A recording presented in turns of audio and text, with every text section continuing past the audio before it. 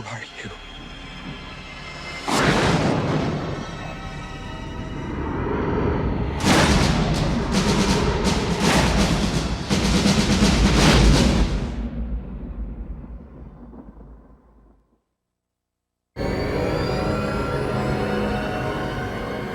Now available from Fox Interactive. Something that will change the way you experience The X-Files forever.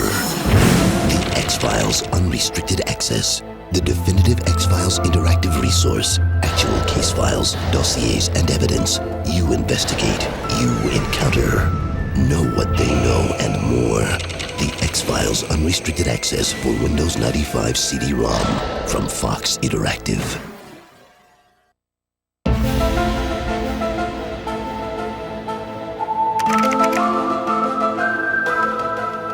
The Blessing Ways is one of my favorite episodes because I got a chance to explore the death of Mulder's father through Mulder, and it was an interesting time for me. I had just lost a parent, so it was a very personal episode to write and to research and to think about, and I had a whole summer to think about it because it was an answer to a cliffhanger we had set up the season before, and Mulder's journey into his own past through the ritual, the Native American ritual, was something that I actually attempted to do as well by going and partaking in just this kind of event. The Navajo had taken issue with a few minor details in the previous episodes, so I had them come out and help me to pay attention to things that were really representative of their culture, and so I think we got it all right here. And while I think everyone's experience with the spirit world is different and therefore subjective, I think we did a pretty good job.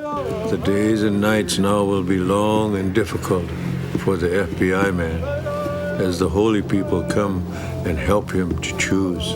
There are just really beautiful scenes in this episode, including the Mulder dream sequences. I think they're eerie and strange, and people thought that we were getting a little soft because they're kind of mystical and they're not the usual X-Files scare, but I think that they are evocative, and I really was happy with the way they came out. But the really frightening stuff is when Scully started to learn about an implant that may be in her. Looks like maybe a piece of buckshot or something. I don't know how it could have gotten there. And also, she starts to connect with Mulder through her dreams, feel it and just so under the there's a skin. connection that Mulder and Scully have, which is perhaps more spiritual than we had ever seen before. So I think that was a very effective part of the episode, too. I really like this episode. It has elements. It has whenever you can have an episode that has a white buffalo and a spaceship in it, it's got to be wonderful. And this one works in strange ways. The white buffalo that appears at the beginning of the episode was something I had read about. An actual white buffalo calf had been born, and the Indians, the Native Americans, felt that was an omen of something about to happen, an omen of portent of change. I used that Native American bit of lore and belief in the episode, even though it wasn't Navajo, and mostly the episode reflected Navajo mythology. But I used it because I thought it was so powerful that all Native Americans might believe in it, and it ended up infusing the episode with portent, with potential.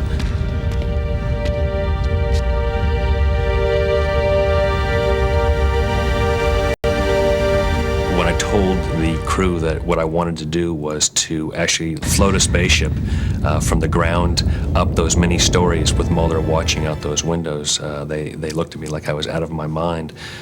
We would have to build a truss with a whole lighting rig and put it on a big crane and lift it up outside those windows, projecting the light into Mulder and toward camera. It was a big, big deal, and it looked nothing like a spaceship.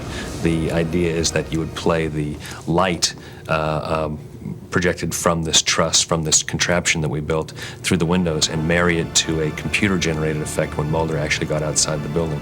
It worked perfectly, and I still think for the time and effort and money, it was really one of the most simple yet spectacular effects we've ever done.